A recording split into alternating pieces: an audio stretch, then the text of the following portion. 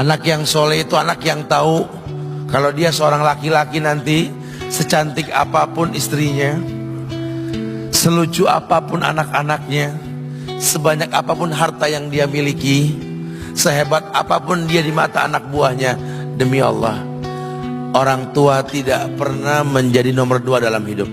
Ini banyak orang yang suka salah ini.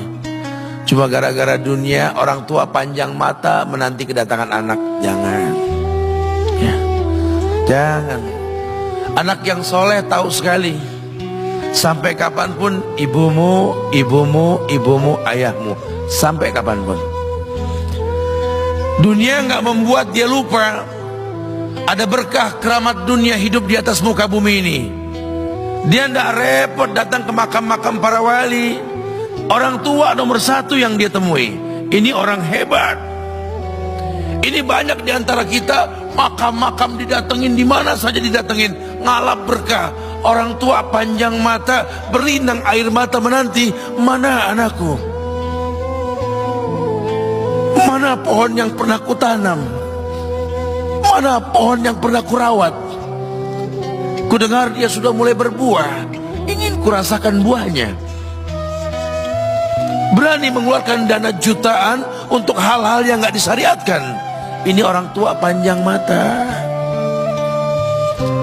Rela ndak rela, orang tua kita akan mendengar dan melihat.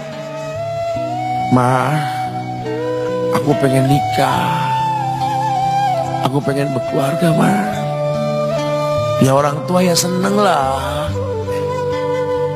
Cuma kalau inget metik buahnya belum terasa, ya ada perasaan kayak gimana gitu loh. Karena dia tahu setelah ini dia akan menikah, bahwa anak orang ada kehidupan yang berbeda yang bakal dia rasa. Orang tua makin hari makin rentan, bukan makin seger. Yang perempuan dibawa orang, ya Allah. Baru kemarin perasaan mainin poni ini anak perempuan kita, betul. Baru kemarin mainin kepangan rambutnya, ya Allah.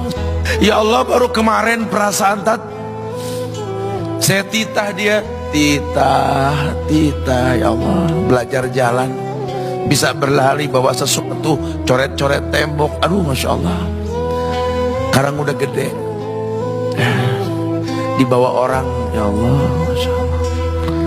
Yang laki dekat sama mamahnya.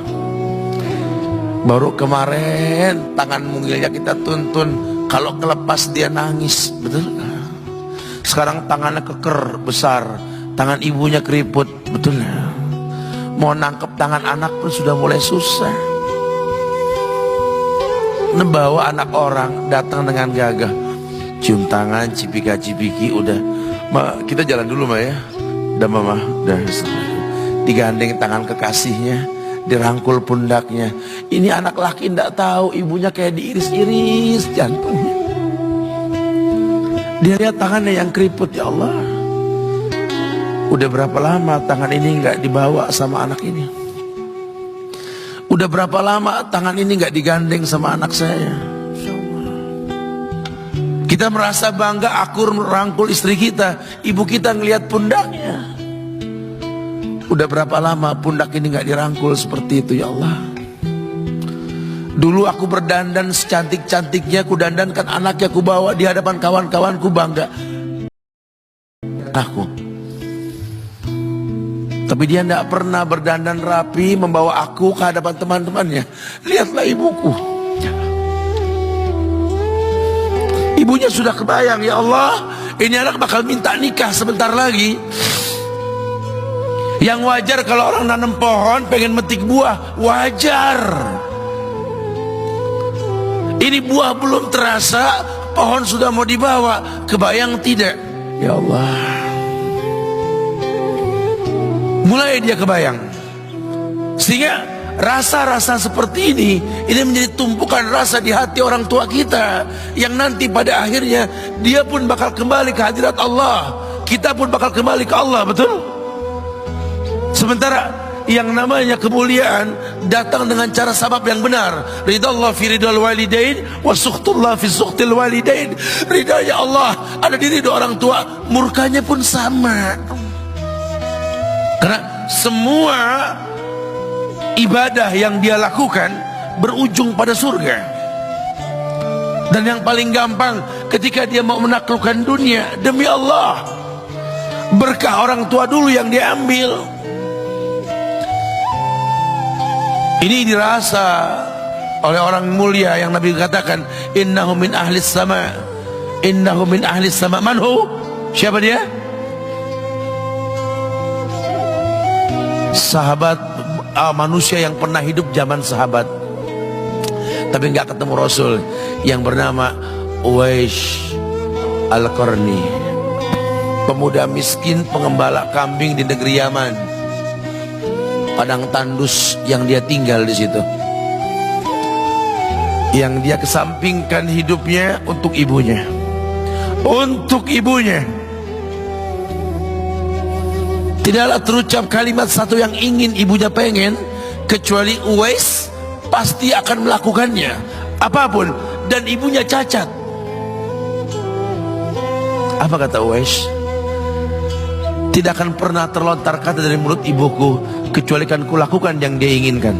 Masya Allah. Ibunya cacat dan dia menomorduakan diri, yang penting orang tuanya dulu. Hingga satu waktu ibunya berkata, wahai Uwais, ibu sudah tua. Andai kematian mendatangi ibu, ada beberapa keinginan yang ibu pengen merasakan keinginan tersebut. Mungkin enggak ya? Apa Bu? Katakan. Ibu pengen haji. Bengok Uwais, ya Allah Bu, ini Yaman, Hadramaut, yang sekarang saja pesawat itu bisa 3 jam menuju Saudi itu, 2 jam lebih lah menuju Saudi. Ini lebih jauh lagi, kebayang berapa ratus kilo, berapa ribu kilo, nggak tahu. Ya baiklah ibu, kata Uwais, aku tidak pernah menolak permintaan ibuku, tapi kali ini aku tidak bisa menjawab karena mikir gimana caranya ini. Apalagi dia seorang pemuda yang punya penyakit sopak, ada tanda-tanda putih di bagian badan itu kayak pano besar gitu tuh. Udahlah, terserah gimana nantilah. Yang penting ini nomor 1 dalam hidup ini. Dia beli seekor anak sapi, digendong tiap hari itu sapi sama si Uwais menuju puncak gunung, turun lagi, gendong ke atas, turun lagi tiap hari. Sampai orang bilang, Uwais gila no, orang sapi dipiara dia digendong tiap hari naik gunung yang tinggi. Sampai nggak berasa, dikatakan 8 bulan dia lakukan itu, sehingga terbentuklah fisiknya yang bagus karena olahraga tiap hari bawa itu sapi. Dan sapi itu makin berat, dalam hikayat dikatakan sampai di atas 100 kilo itu sapi. Kemudian dia tetap gendong ke atas dan dia yakin, bismillah saya yakin. Sampailah bulan haji, ibu naik ke pundakku, digendong ibunya dari negeri Yaman. Subhanallah, gak ada yang gak mungkin. Lihat, dibawa ibunya ke Mekah, bertawaf di Ka'bah, dunia menyaksikan. Bahkan hikayat mengatakan dia sempat bertanya kepada sahabat Abdullah bin Umar, aku telah menggendong ibuku dari negeri Yaman menuju Mekah, bertawaf di Ka'bah ini, sudahkah aku membayar jasa ibuku? Apa kata sahabat Abdullah bin Umar? Bahkan satu hentakan napas pun ketika melahirkanmu belum terbayar. Bahkan satu hentakan napas pun ketika melahirkanmu belum terbayar. Dia selesaikan tawafnya, dia selesaikan tawafnya.